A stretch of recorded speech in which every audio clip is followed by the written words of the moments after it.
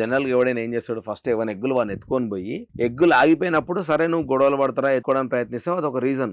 Direct ఎగ్గులు తీసుకోవడానికి వెళ్ళినప్పుడే పృథ్వీగాడు వచ్చి నేను వెనకాలకి వెళ్ళి గట్టిగా పట్టుకున్నా, వాడు పట్టుకునే మూమెంట్ నాకు కన్నుకు దెబ్బ తగిలింది, నా నడుముకు దెబ్బ తగిలింది. సో వీడు చాలా మన ఫిజిక్ గట్టిగా ఉంది కదా. సో నేను అనుకున్నా వీళ్ళు డైరెక్ట్లీ నన్నే అటాక్ చేస్తారు, ఎందుకంటే నేను ఆల్మోస్ట్ అన్ని ఫిజికల్ టాస్క్ లలో ఆడినా కాబట్టి. మేబీ వాళ్ళ ఫస్ట్ టార్గెట్ నేను నబెల్ ఉండొచ్చు, వాళ్ళిద్దరిని ఫస్ట్ బ్లాక్ చేద్దాం అనుకున్నట్టున్నారు. నబెల్ ఇంకో సైడ్ ఆడుతున్నాడు. సో ఏం జరిగింది, నన్ను బ్లాక్ చేసారు, నీ మరి గలీజ్ గా ఆడుతున్నారు.